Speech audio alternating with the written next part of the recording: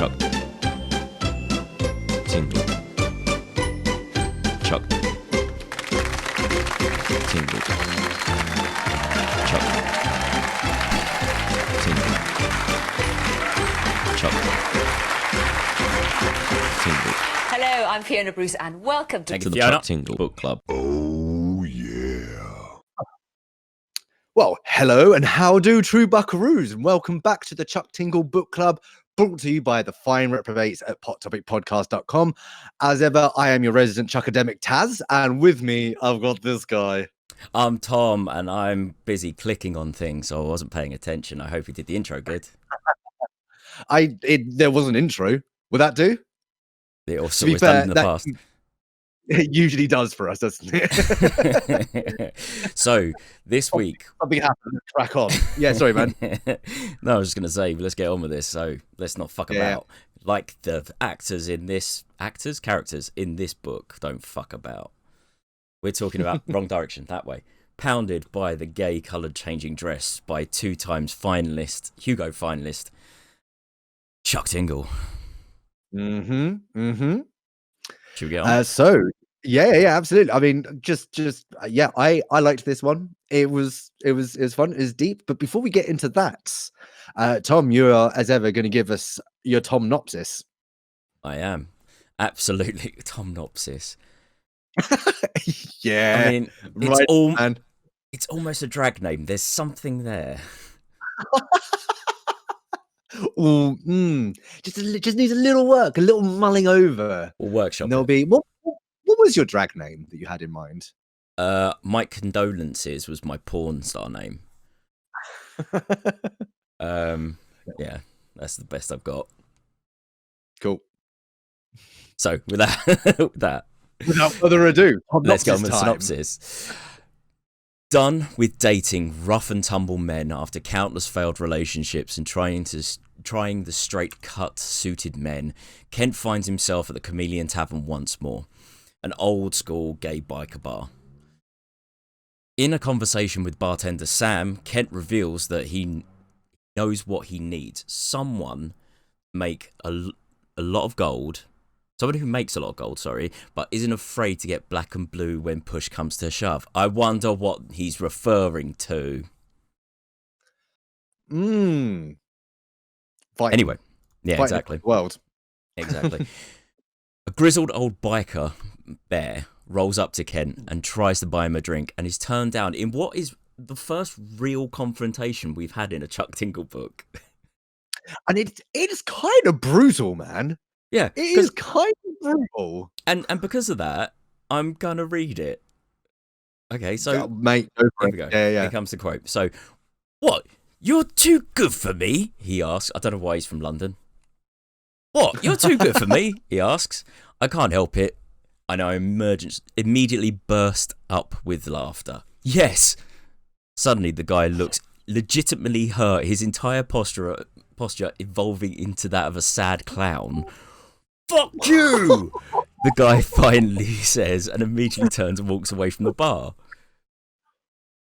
It's brutal. Hey, do you know, it is brutal, but we can take at least something away from this.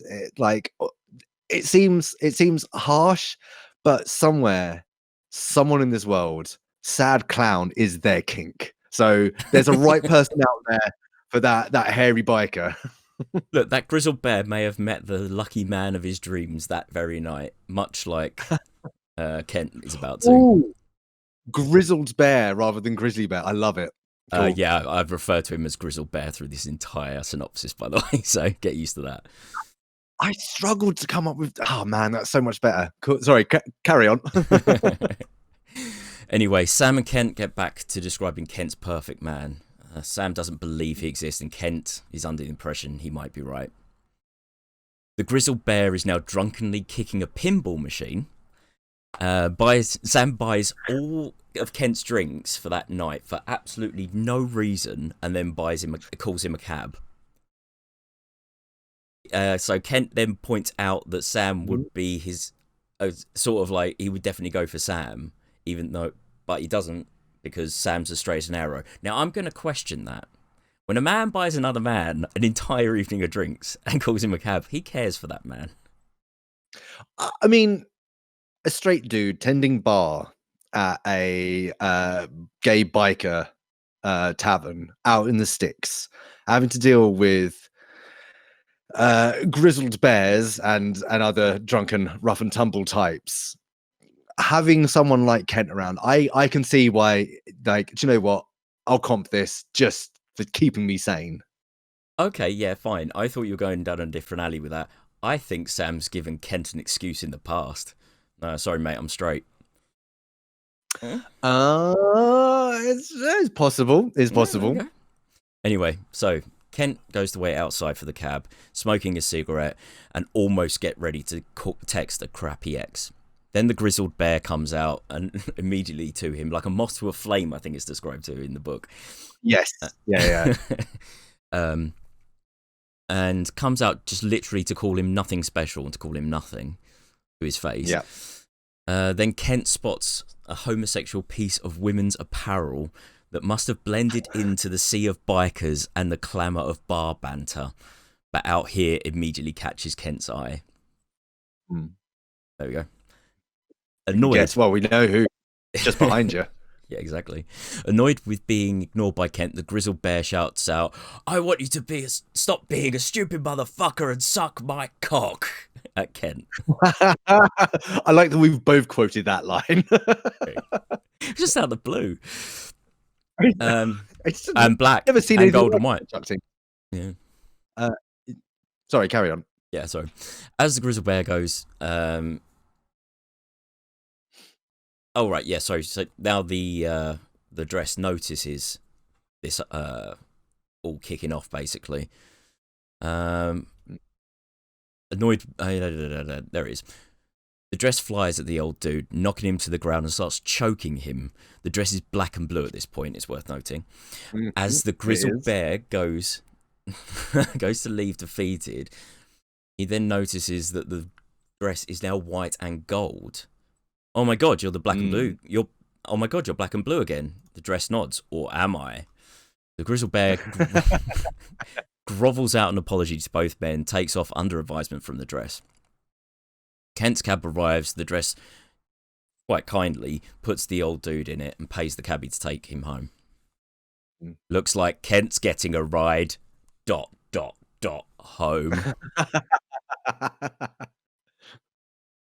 The dress introduced himself as Channing, as we already know from the previous book, which he was referred to as the cousin of the Yarny Laurel sound effect.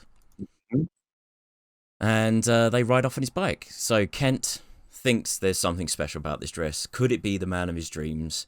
The best of both worlds, rugged blue and black, regal white and gold. Turns out the dress is also a billionaire, by the way. BT dubs, billionaire. Yeah. With stress on the billionaire, because millionaire was fronted, and then he says something along the lines of, "Yeah, billionaire, but who's keeping count?" Yeah, exactly what he says. So Kent invites himself to Channing's house in the posh part of town, and Channing agrees as long as they don't play games, no heartbreaking, and they get down to fucking. Kent instantly gets a boner. Kent instantly gets a boner at this point. Fair enough. He likes being bossed about. That's fair. So Channing's place is a huge, luxurious pad. Kent's in his trolleys as the eyes dress. Sorry, it's really hard to say this.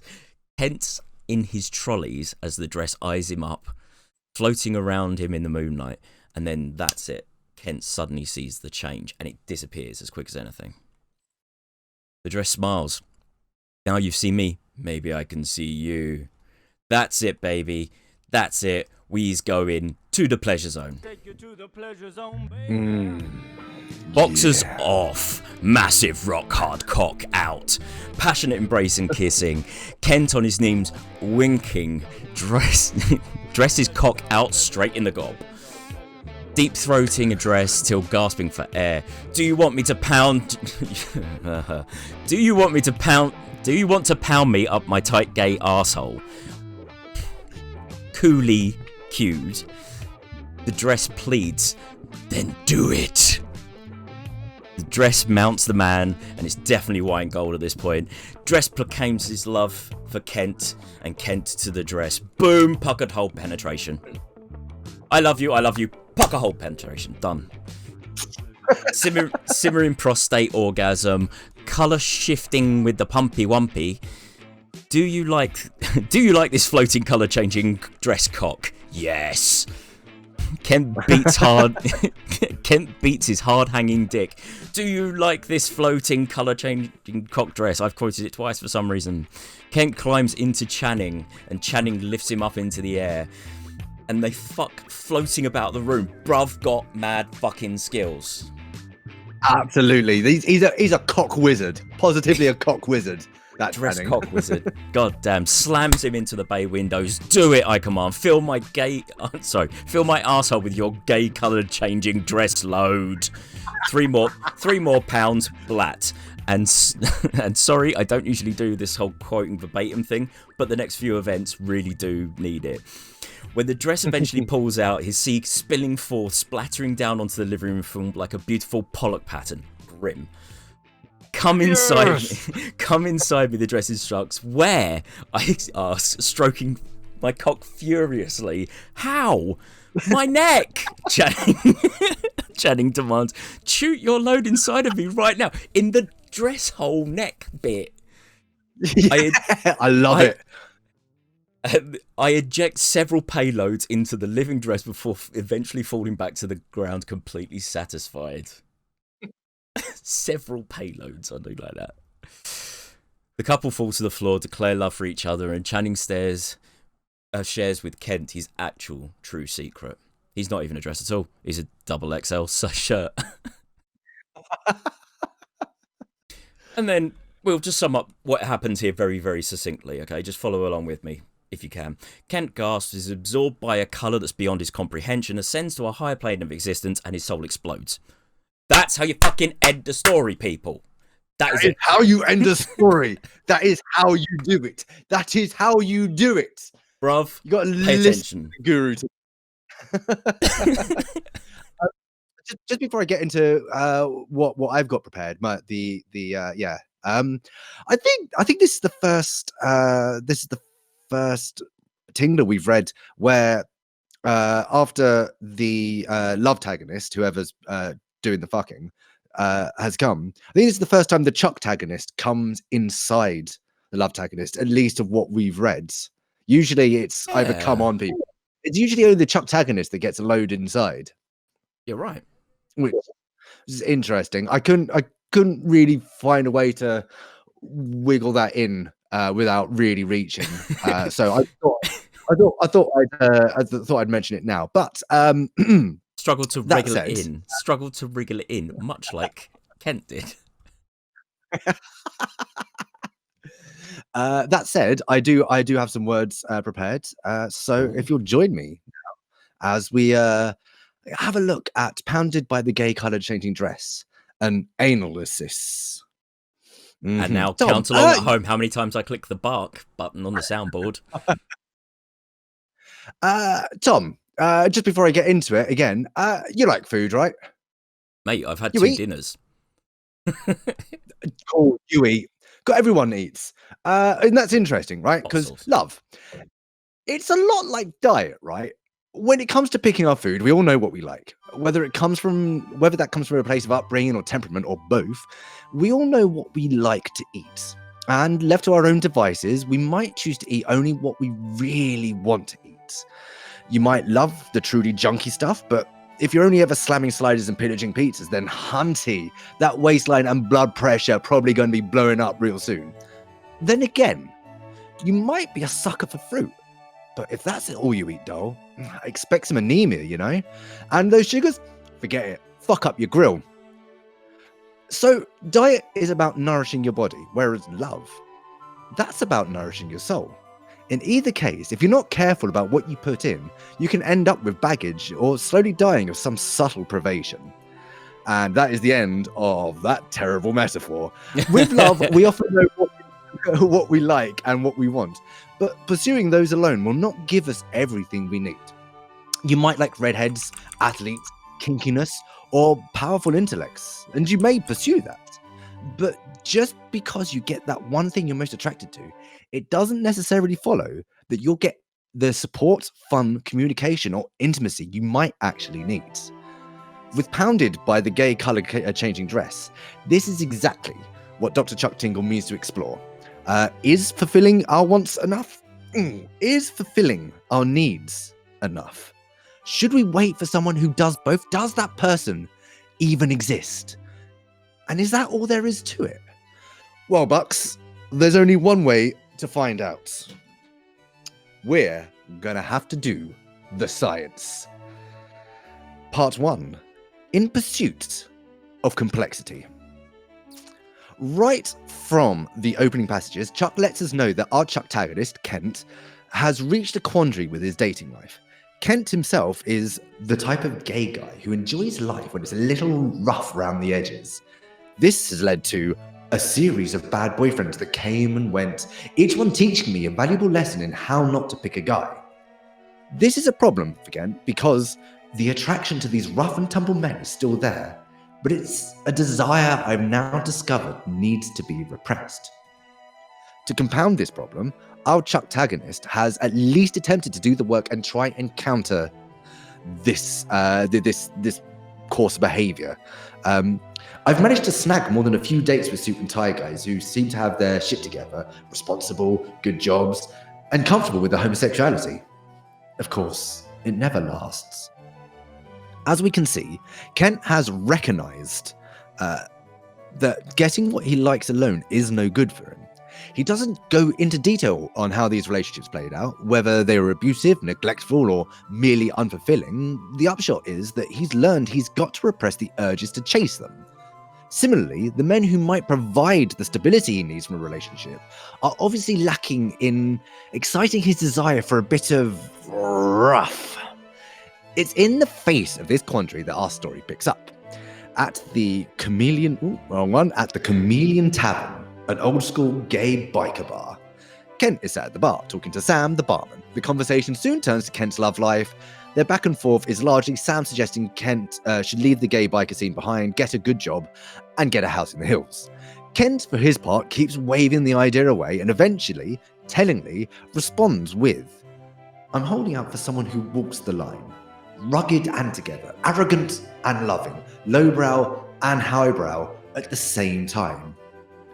That doesn't exist, Sam tells me. Every man is either one thing or the other. You can't have both. Sam's somewhat negative response here comes on the heels of an interruption to their chat, previous interruption to their chat.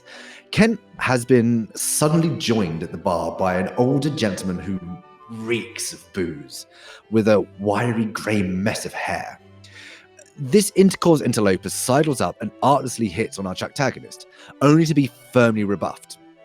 As this uncomfortable interaction comes to an end, Kent's hope for his gay Prince Charming, who's also rugged, remains undampened, whereas it only proves Sam's misgiving about the patrons of the Chameleon Tavern, that even the ones more handsome than him are just as much of an asshole. Now, this worried drunk's presence isn't just to cast doubt over the idea that Kent can find the complexity he seeks in a partner. It serves a further purpose, one more important than that. It comes after Kent leaves the bar. While he's waiting for his cab, he lights up a cigarette. The bar door goes again, and this time it's the rat-ass bear from the bar, who he spots the ciggy and immediately comes at me like a moth to a flame. What follows is about as pleasant as you might expect from a drunk with wounded pride. The drunken belligerence is first met with reserved dismissal from Kent, and then frustration.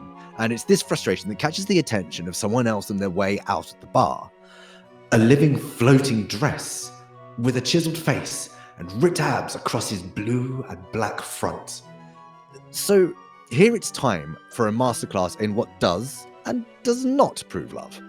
In the does not camp, we have this witty little gem from the bearded creeper. "I want you to stop being such a stupid motherfucker and suck my cock." Oh, that's a bad miss, pal. Marks for directness, but a solid fail on all other fronts. And then, from the does prove love camp, we've got a complex entry from the levitating garments. In response to the drunk's open sexual aggression, the dress intervenes, first choking the drunk guy into submission, then diffusing the aftermath, and then telling the guy to get a cab home. Kent offers his own cab for this purpose, and the dress gets the drunk into the car, says a few words to the driver, and hands him some cash. And there we have it. Our intoxicated simpleton becomes the catalyst for introducing something complex. A gay male floating dress that will happily throw down with a fool, but will still make sure they're taken care of afterwards. None of this is lost on Kent. The dress, Channing, offers to give him a ride home. And as they ride, Kent realizes that this could be the guy of my dreams. Part 2. Addressing the issue. Let's talk about this dress for a moment. You may or may not remember back in the heady days of February 2015, when a washed out picture of a dress set the internet on fire. To some people, the dress appeared to be striped with black and blue. To others, white and gold. The story did the rounds for a bit and then faded away, as such viral nonsense is wont to do. The scientific community, however, looked at the reaction, collectively went, "The fuck?" and resolved to do something about it.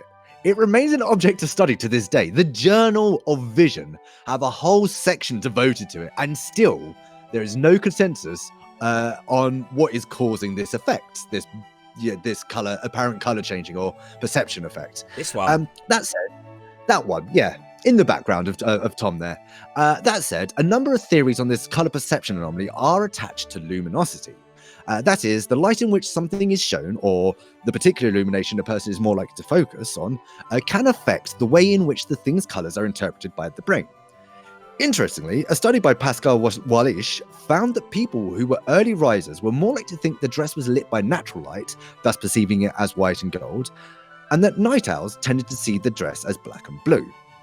The question is, how is the story and deeper meaning of Pounded by the Gay Colour-Changing Dress derived from this one internet picture? Well, we're told pretty early on during Kent's conversation with Sam.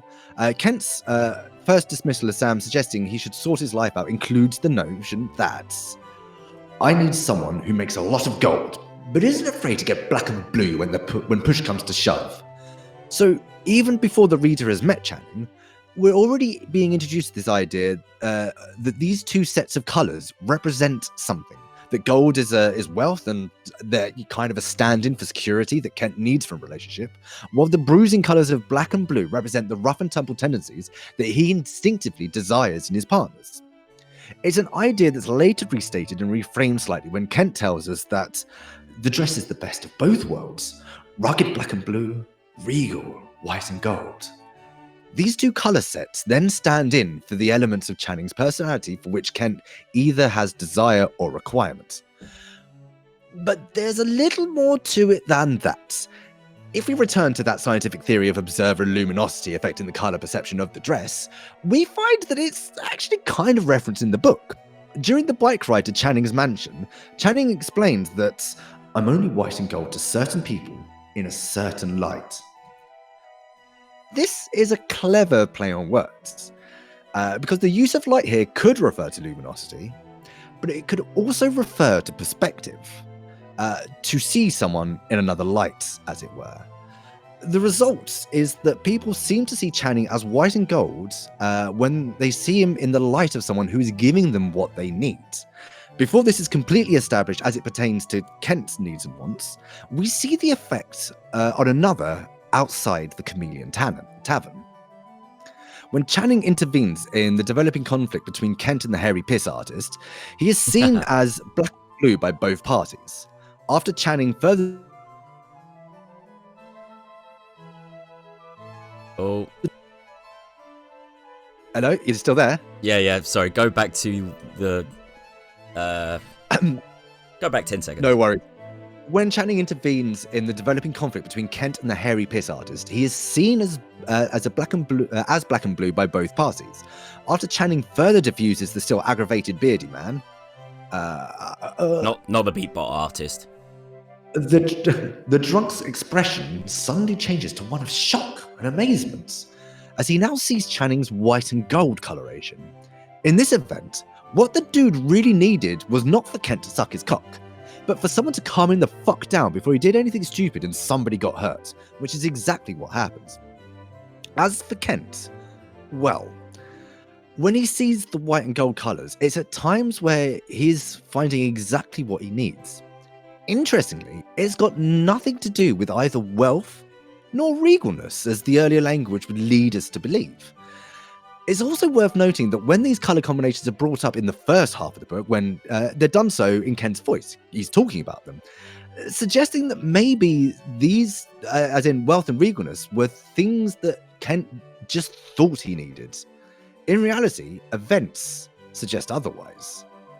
Our first clue is that even after Kent learns that Channing is a billionaire, the chromatically flexible vestment remains black and blue in Kent's eyes, suggesting that this doesn't actually satisfy any of Kent's true needs. The white and gold actually appears for Kent on 5 occasions and in 2 distinct forms. We have flickers of the colour and also complete unmoving shifts to white and gold. The flickers happen 3 times. Once when Channing floats into a bright shaft of moonlight, I see his colours change, if only for a split second. This immediately precedes the sex. It happens once again during the boitus, while slamming into me like a colour-changing jackhammer, sometimes a blur of gold, while other times clearly blue. And again, Boitus. it's visible. Did you like that? Yeah. I liked that. And again, it's visible in his beautiful blue eyes, which seem to flicker with gold in just the right light, which is immediately before Channing asks Kent to come inside me. This Now I read suggests that there completely differently. Come inside me! I didn't want to peek the microphone. Fair. This suggests that there is some greater need tangled up with Kent's want for sex. Unfortunately for us, what that need is made plainly clear. The 2 times that Kent can no longer see him as blue and black, but rather as clearly white and gold, the pair end up professing actual love for each other. The first time it happens, the first time love is professed within 5 sentences of the fixed colour shift, and the next time happens upon the very next sentence. So our takeaway here is that what Kent thought he needed, wealth, security, stability, whatever gold was supposed to then represent, those aren't necessarily the things he actually needs. It would seem that what he wasn't getting from his usual black and blue crowd, but which Channing could provide, was love. Pure and simple. Part 3. A change in perspective. There's one last thing to discuss, and it's the thing that the whole book builds to. The lay-up to this is subtle, but it's something that's dotted throughout the work. We can start with the title, pounded by the gay-coloured changing dress. A telling choice because the black and blue dress that inspired the book doesn't actually change colour. Rather, observers, for a number of potential reasons, perceive its colours differently. In the book, however, Channing does change colour, and this quality is so important that it's reflected in his name, Channing, a name that's only a single letter away from the word changing. Furthermore, I didn't even we spot have that. the name... That's what I'm here for, baby! Furthermore, we have the name of the bar where this all starts, the Chameleon, named for an animal famous for being able to change its colours. I got that one because I'm smart, I am. Our Chucktagonist also provides clues. His name, Kent, may be a sly reference to Clark Kent, a character who can famously change his appearance on a dime in order to operate as the godlike Superman. What's more, we know that Kent is actively in the process of trying to change his behaviours. This is brought into stark relief when Kent lines up his cigarette and tells us, "It's a filthy habit, I know, but I'm trying to cure my addictions one at a time, and right now, kicking loser drunks is the main focus of my mental efforts." So, we know that there's some stealth theming around the idea of change here. But to what end? Well, for that, let us skip to the closing passages of the book. "My secret is that I'm not even a dress at all," says Channing.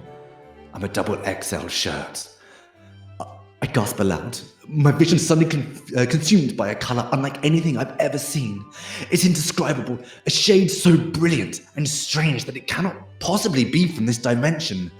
The shade occupies a colour scale beyond my comprehension, and as I drift into its beauty, I can feel my body ascending into some strange plane of higher existence. My soul explodes. That's how you do it. You can read the first part of this moment in a couple of ways. Perhaps this revelation has shown Ken something that he never knew he wanted or needed from a relationship. Or perhaps the very fact that Channing has shared his secret is an act of such true intimacy that it sends Kent reeling. Do you know what? Come to think of it, now that I say that out loud, they don't sound mutually exclusive. Those could just be two ways of saying the same thing. But either way, however you read it, the result is a moment of pure transcendence for Kent. The world appears different to him now, and he even experiences some higher plane. And then his soul, it explodes. An ego death to follow the little one he just had in Channing's neck hole. Conclusion. Chuck has answered all of the questions we started this discourse with. Just sating our wants isn't enough. Kent has already realized this before the book was even started and is actively trying to change the associated pattern of behavior. Just trying to fulfill our needs may not be enough because we may not have a clear idea of what it is we actually need. You can wait for people who can offer both what we want and need, because they do exist. What's more, be open to seeing such people, because they may arrive where you least expect them. In this case, in a tussle outside a gay biker bar. Finally, my final question that was in the intro, is that all there is to it? Absolutely not. With the closing passage, Chuck offers us something to hope, strive, and look forward to. When you find people who tick all those boxes you have, even the boxes you don't know about, then you will not only find love, you will find something more. You will find the transcendence. You'll find the transcendence of love will change you. With true love, you'll become more than you ever thought possible. This is how you prove love. But damn it, it's how love will prove you right back. Thank you, Chuck. Bravo. Bravo. Fuck's sake. That was a fun one, that one. That was. Speaking about something that's fun, here's something that's really not for Taryn. Oh, Jesus. Okay, sorry. Let me just get all the science off. Because there'll be no science here. There'll be about as much science here as there will be at like a flat Earth convention. Bless their souls. Yeah. You alright? How's it going? Are you tingling? Tom, where did you go? Where is he? Tommy's not here anymore.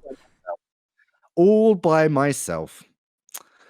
That's just hurtful. I came in, I was being nice to you, and now you come on me. Fine, we'll do this the hard way, shall we? Or this is the next half an hour of nothing but Tingle Trump 4000, greatest holy human. I am Tingle Trump 4000, book review, score robot, all schools are final. Oh, why do I suddenly feel a little bit sick? Maybe it's because you vomit. I don't know. I think I just miss Tom. I think that's it. I'm just tired of being by myself.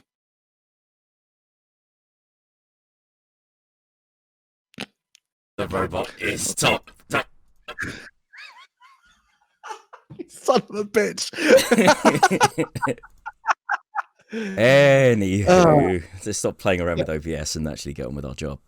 So, what we do now is we apply science for a second time, I guess.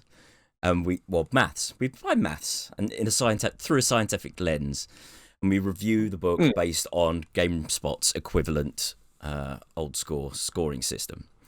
So we're going to look at the tingle. It's the cover art. We're going to get to the tingle. It's the pacing. Giving you the tingle. It's the sexiness. Saving you some tingle. It's how much we would likely to be recommending this to someone.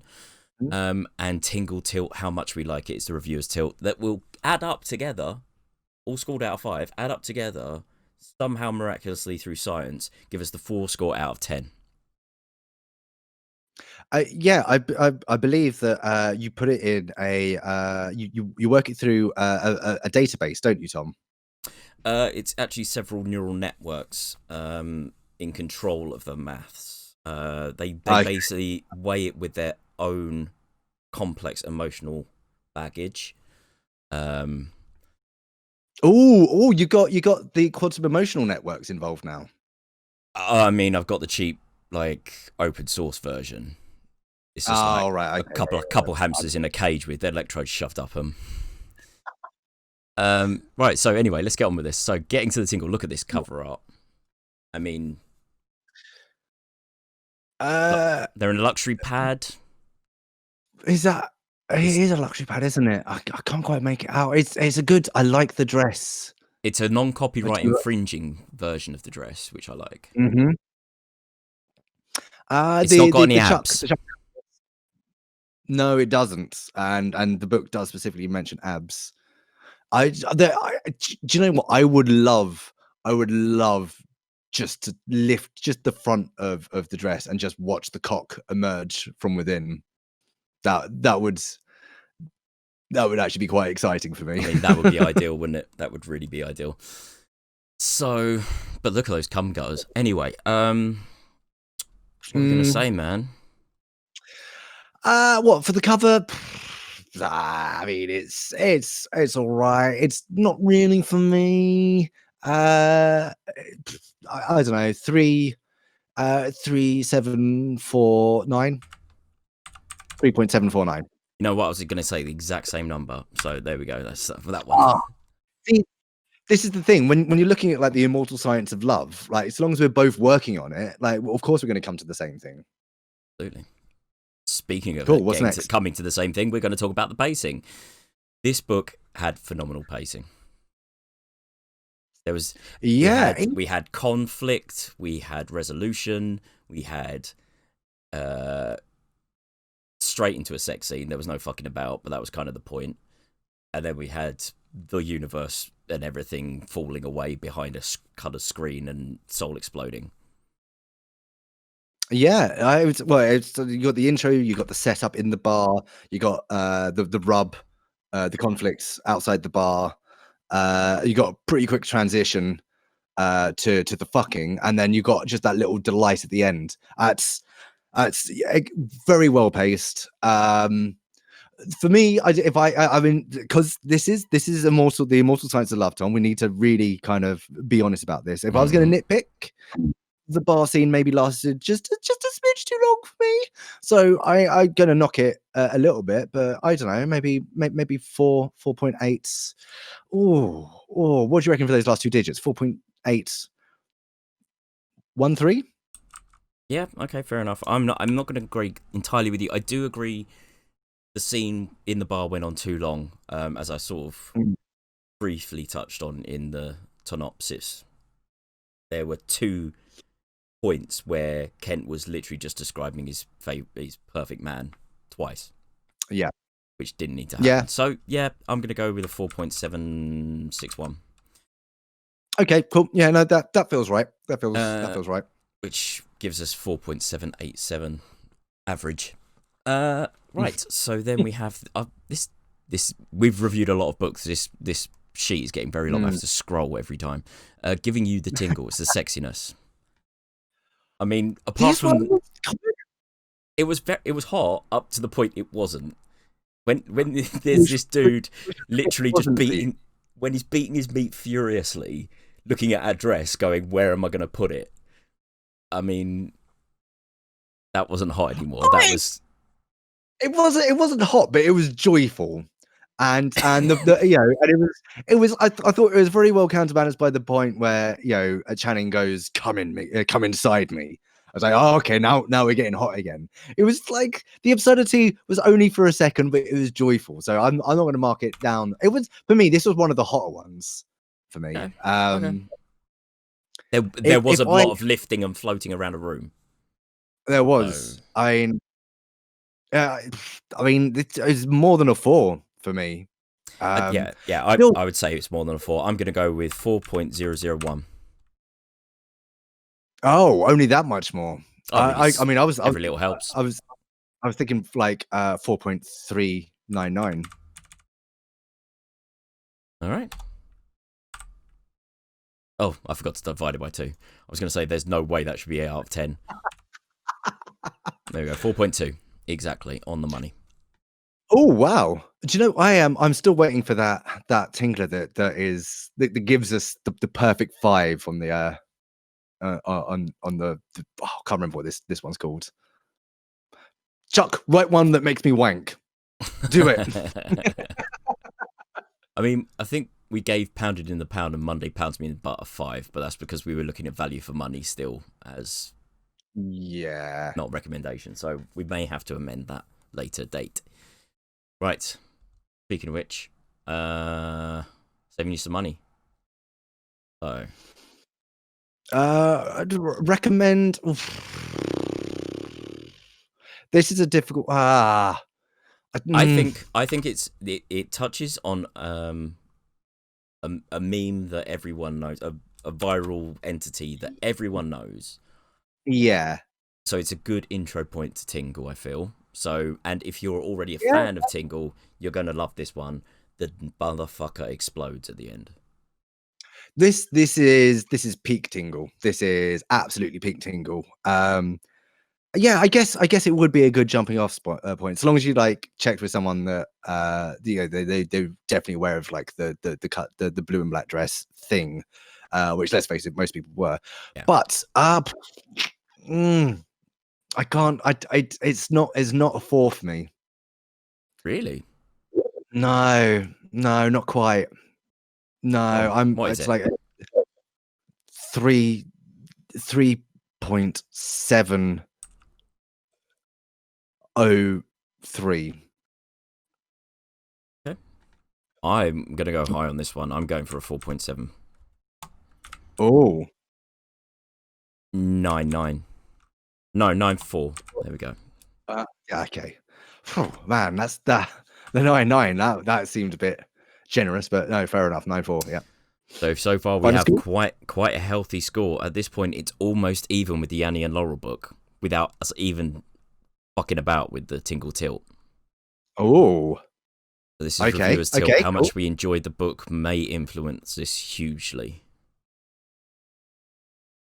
This could be anywhere from between 6.7 to sort of like a 9 at this point, depending on what we score this.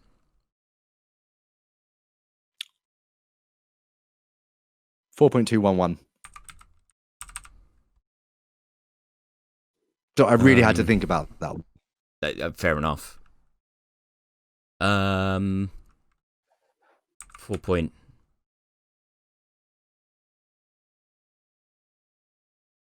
Zero. Cool. Right. Give me 2 seconds. Sorry, man, you cut out. The math. It was 4.0. And once I eventually get my formula correct, we have the final 4 score for this book. It's 8.436, a very, very high score. Oh, that is very respectable, isn't it? Yes, it is. Only beaten by fucking the Twitch stream. Is that it? Oh, and not pounded in the butt by anything, and that's okay. 3rd place. Oh wow! Oh place, yeah, no, I feel okay with that. It's only Tingle. It's clarified Tingle. It's good. I love it. Clarified Tingle. That's a good way of putting it. Almost like a butter. Butter. Right. So that's us, isn't it? Mm-hmm. I suppose only remains there's one thing to do. Sorry, I've got a very scientific process now. I've got to put the things back on there. Okay. Time for more science. Time to draw out the next Chuck Tingle book we should be reading for the Chuck Tingle Book Club. So we have Do you know what? Actually, I'm going to draw 2. And Tom, left or right? Left. Yeah. See? Science, baby. Okay, cool. So next up for for our delvings into the immortal science of love, there is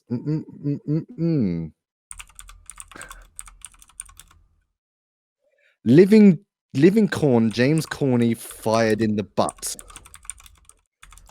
What? Living corn. James Corny fired in the butt. This was released in 2017 May. Was there a James Comey that was fired by Trump or something? Oh, that makes more sense. I was going like Cornish, whatever his name is. All right, okay, yeah. I don't know. We'll that will become clear. My American politics happen so quickly that even my Yes. recent American politics is very rusty. Just know it's all on fire. That's all you need to know. All on fire, militias Everything and on stuff. fire. Wicked. So once again, that is if you want to join us for book club next time, and you want to sort of know what we're actually talking about, and not just rely on the Tomnopsis or my analysis. It is Living Corn, James Corny, fired in the butts. Cool. So I have to say, I really, really, really want to read the most recent release. Did you see what? Oh, and which one? What? Butt The Trek knockoff. or the one? The one about fucking the knockoff Chuck Tingle book about coronavirus, trying to cash in with the coronavirus. Just that whole drama on. So don't have Twitter, so I sort of saw it all unfold on Chuck's Facebook feed, but just kind of watching the response and how it all unfolded. And in fact, his response to it kind of helped sort of validate what we're doing here. The fact he kind of pointed it and just went, no, that's not proving love. That's making money off something that's killing people. Yeah. And it's somebody is making love to that killer and then it kills them. That's not proving love. And bearing in mind that the Tingle at the beginning of the lockdown released 3 books for free because he said, I can't cash in on this, but I've got some stories to tell. Yeah. It was the sentient hand washing one that we reviewed.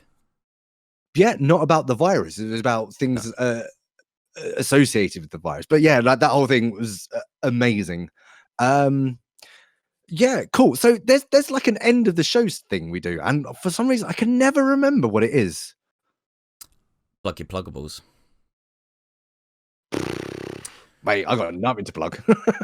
This thing that I should have edited today, but I didn't. I'm going to be putting out tomorrow, which will be in a couple days in the past of when I put out this video. Time travel.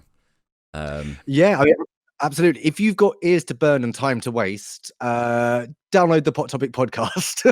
Absolutely. We drink whiskey, we pull topics out of pot, and we chat absolute bullshit for a couple of hours and get usually quite steamed. Yeah. Cool. But other than that, I guess we will see you on the next Chuck Tingle book club. Absolutely. Check the show notes down below for the link to the next book in case you were confused about the title or what it actually is. Yes, absolutely. And any relevant links, although I don't think there are particularly any with this. But in the next time, True Buckaroos, just spend your life on the timeline. Prove it. The immortal science. Prove love is real. Love is real. The motherfucker soul explodes. Sorry. There it is. There was the MLG horn sound effect that I tried to click. Bye. Cool. Bye.